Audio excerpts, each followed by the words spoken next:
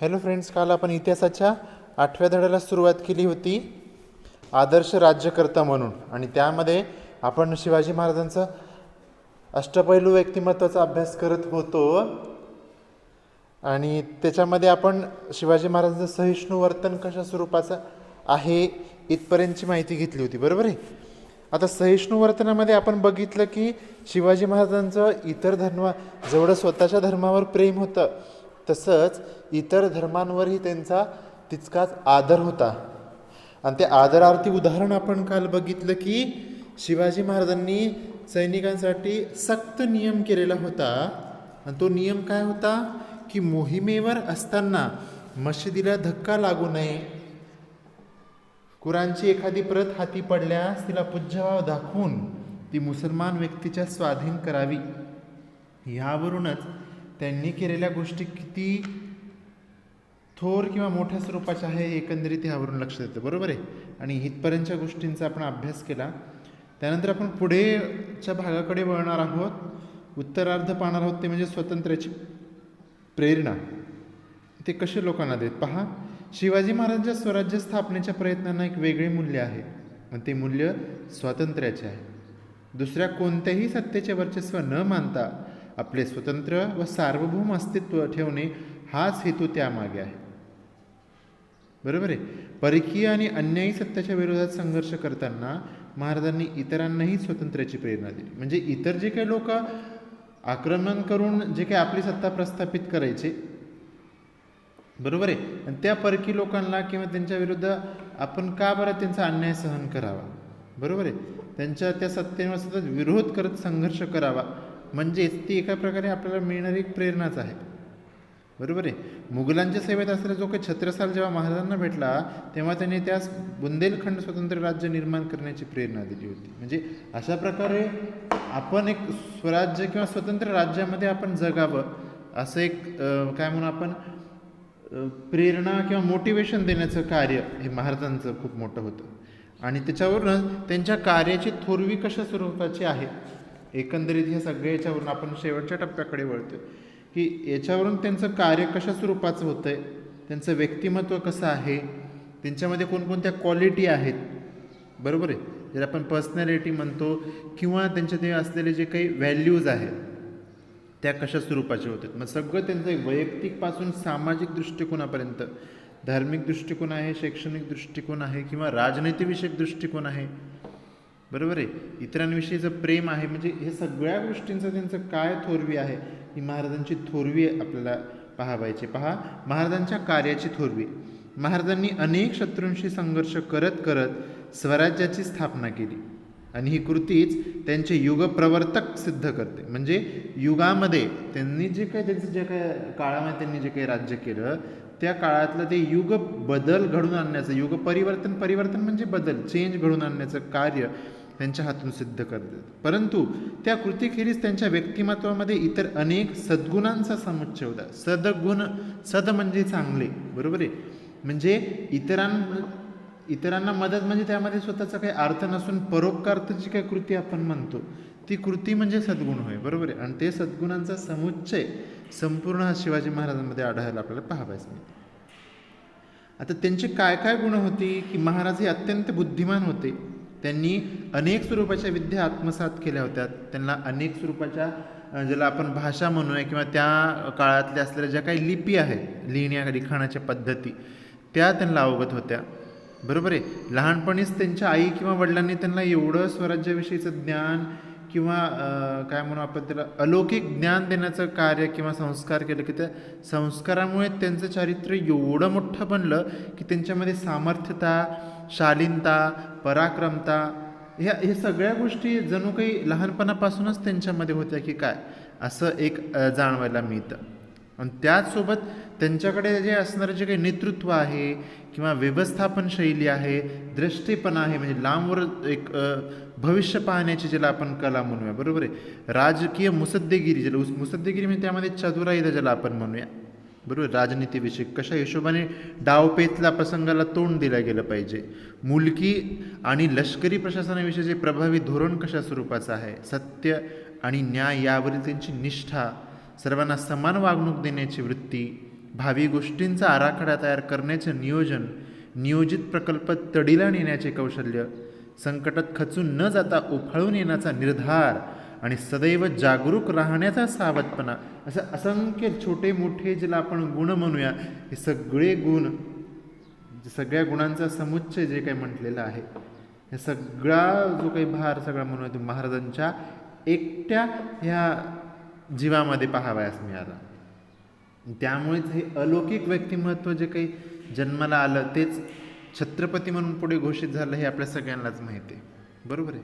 म्हणजे ही एवढ्या सगळ्या एक गुण, हे एक सगळं अष्टपैलू व्यक्तिमत्व असणारे हे आपले महाराज होते. स्त्रियांच्या बाबतीत कोणी अनुचित वर्तन केले तसे करणाऱ्यास त्याला कठोर शिक्षा ते करत. आता प्रजेमध्ये असणारे जे शेतकरी आहेत किंवा कारागीर, सैनिक, व्यापारी, अशा सर्व घटकांची महाराज स्वतः काळजी घेत. स्वधर्मातील व्यक्तींप्रमाणेच परधर्मातील व्यक्तीविषयी भेदभाव न करता ते आदर बाळगत आणि परधर्मात गेलेल्या व्यक्तींना परत स्वधर्मात घेण्याचा ज्या काळात विरोध होता त्याच काळात त्यांनी अशा व्यक्तींना परत स्वधर्मात म्हणजे आपल्या धर्मात त्यांनी परत प्रवेश घेण्याचा त्यांनी प्रयत्न केला आणि प्रसंगी त्यांच्याशी स्वतःचे त्यांनी नातेसुद्धा जोडलेले आपल्याला पाहावयास मिळतात. बरोबर आहे. याच काळामध्ये ज्यावेळेस समाजातील या विविध घटकांमध्ये प्रसंग घडून येत असत, त्याच प्रसंगाला तोंड देत दुसऱ्या वेळेच्या बाजूचा आपण विचार करायला जातो, त्याच काळात त्यांनी सिंधुदुर्गासारखे जलदुर्ग बांधले. आरमार ज्याला आपण युद्ध करणाऱ्या युद्ध नौका किंवा नाव म्हणूया आपण, त्या त्यांनी निर्माण केला. समुद्रावरून जे काही बाह्य लोकांचं आक्रमण होतं, ते तुर्की म्हणा, हे पोर्तुगीज लोक म्हणा, बरोबर आहे, हे जे काही बाहेरून येऊन आक्रमण करणारे लोक आहेत, बरोबर आहे, त्या आक्रमणाची दखल घेऊन त्यांच्यावर उपाययोजना तयार करून ठेवलेल्या त्यांनी पाहावयास मिळतात.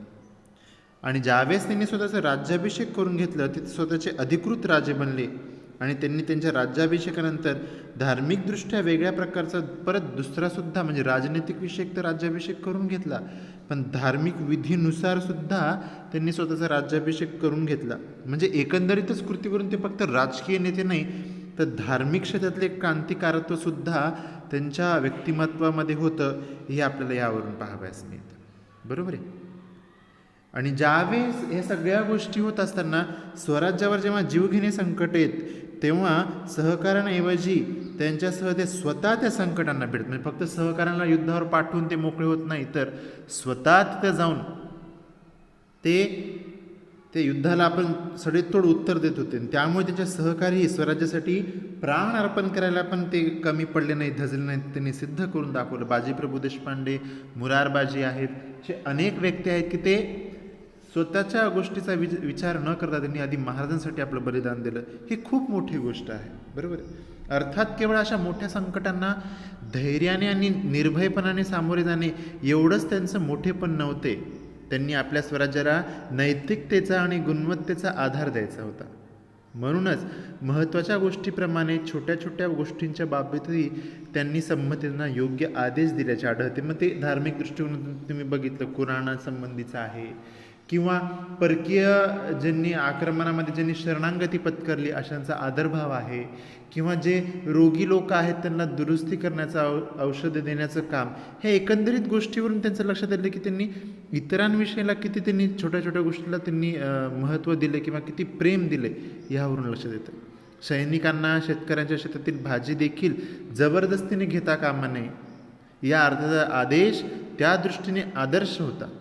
त्यांनी झाडे तोडण्यावर घातलेली बंधनं ही सुद्धा अतिशय महत्त्वाची होती. म्हणजे किती वृक्ष संवर्धनाला महत्त्व होतं किंवा किती पर्यावरण प्रेमी म्हणून महाराज होते, हे पण आपल्याला त्याच्यातून पाहावयास मिळतं.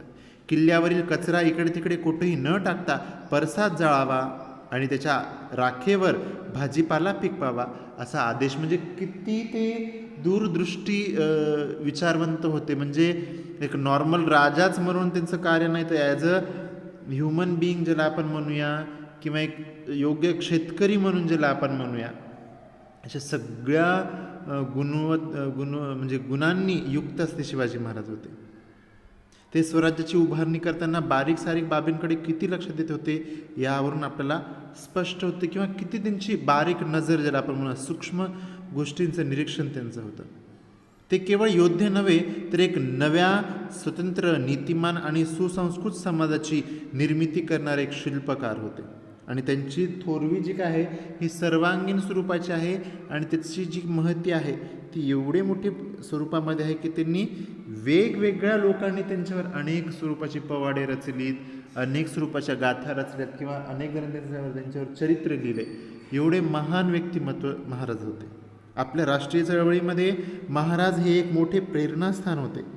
महात्मा ज्योतिराव फुले यांनी समतेच्या संघर्षामध्ये पोवाड्याद्वारे महाराजांची त्यांनी महती सांगितलेली आहे. मग ती महात्मा फुलेंनी सांगितलेली महती त्यांनी सांगितले शेवटी की शिवाजीचा गजर जयनामाचा झेंडा रोविला, क्षत्राचा मेळा मावळ्यांचा शिकार खेळला, माते पायी ठेवी डोई गर्व नाही काडीचा, आशीर्वाद घेई तो आईचा, आलाबला घेई आवडता होतो जिजाजीचा, पावडा गातो शिवाजींचा, भूषण पवाडा गातो भोसल्यांचा, छत्रपती शिवाजी महाराजांचा. असं एक खूप सुंदर व्यक्तिमत्व असलेले शिवाजी महाराजांविषयी पोवाडा लिहिण्याचं काम महात्मा ज्योतिराव फुले यांनी केलं. लोकमान्य टिळकांनी तर शिवजयंती उत्सवाच्या माध्यमातून राष्ट्रीय जागृती केली. शिवचरित्राची महती सांगणारे पुस्तक लाला लजपतराय यांनी लिहिलेले आहे. परत आपल्याच मराठी भाषेत नाही तर तमिळ काव्याचे पितामह सुब्रमण्यम भारती यांनी शिवाजी महाराज हे आपल्या सहकाऱ्यांना उद्देशून बोलत आहे असे प्रसंग कल्पून त्यांनी अनेक स्वरूपाच्या वाक्यरचना निर्माण केल्या. तर आपले जे काही महान विश्वकवी जे होते रवींद्रनाथ टागोर यांनी महाराजांवर एक दीर्घ कवितासुद्धा लिहिलेली पाहावयास मिळते. महाराजांच्या राज्य साधनेच्या प्रयत्नांमध्ये ते थोर ध्येय साधनेचे प्रयत्न म्हणून पाहत. सर जदुनाथ सरकार यांनी शिवाजी अँड हिज टाइम्स या ग्रंथात छत्रपती शिवाजी महाराजांच्या कार्याचा गौरव केलेला आहे. आणि स्वतः पंडित जवाहरलाल नेहरू यांनी महाराजांबद्दल असं म्हटलं की महाराष्ट्र हे केवळ महाराष्ट्राचेच नव्हे तर साऱ्या राष्ट्राचे होते. म्हणजे किती महाराजांविषयीची आपुलकी आणि प्रेम ज्याला आपण म्हणूया हे पाहावयास मिळतो. त्यांचे आपल्या देशावर फार प्रेम होते आणि मानवी सद्गुणांचे ते साक्षात प्रतीक होते. जणू काही एका प्रकारचा एक दैवी नेताच कुठेतरी आपल्या भारतामध्ये किंवा महाराष्ट्रामध्ये जन्माला आले का काय असं वर्णनसुद्धा मोठमोठ्या कवींनी किंवा थोर व्यक्तींनी महाराजांविषयी केलेलं पाहावयास मिळतं. भारतातील सर्व भाषांमध्ये महाराजांची प्रेरणा आणि त्यांचा आदर्श सांगणारे साहित्य निर्माण झाले. आणि फक्त भारत नाही तर अख्ख्या जगामध्ये ज्याला आपण म्हणूया शिवाजी महाराजांची थोरवी आजही आपल्याला तेवढ्याच आदरपूर्वक आणि फार भूषणपूर्वक आपल्याला ऐकावयास मिळते. याच्यावरूनच एकंदरीत लक्षात येतं की महाराज हे किती मोठे एक आदर्श राज्यकर्ता तर होतेच होते, पण अनेक गुण त्यांच्यामध्ये समाविष्ट असणारा एक राजा छत्रपती जो शिवाजी महाराज होऊन गेला तो न भूतो न भविष्यती होता. शिवाजी महाराजांची हीच स्वराज्य कार्याची आणि त्यांचे सुराज्यात रूपांतर करण्याची प्रेरणा भावी पिढींनाही आदर्श राहील. आणि हेच एक शिवाजी महाराज एक थोर राष्ट्रपुरुष होते हेच यावरून आपल्याला लक्षात येतं. आणि त्यांच्यासारखे महाराज हे भविष्यात होणे नाही न कोणी त्यांच्यासारखं काय आचरणात काय ते सुद्धा त्यांची गत किंवा एवढी मोठी स्वरूपाची शैली होती की ती आचरणात आणणंसुद्धा आपल्यासारख्यांना शक्य नाही. त्याला अनेक युग किंवा काळसुद्धा जातील. असे हे छत्रपती शिवाजी महाराजांचं एक सुंदर व्यक्तिमत्व किंवा त्यांची थोरवी आपल्याला ह्या आदर्श राज्यकर्ता या धड्यातून आपल्याला शिकावयास मिळते. अशा प्रकारे महाराजांचं एक थोर व्यक्तिमत्व आपल्याला ह्या एकंदरीत ह्या धड्यातून आपल्याला पाहावयास मिळते. अशा प्रकारे हा आपला जो काही 8वा धडा आहे तो इथेच संपलेला आहे. ठीक आहे, आपण इथे थांबूया.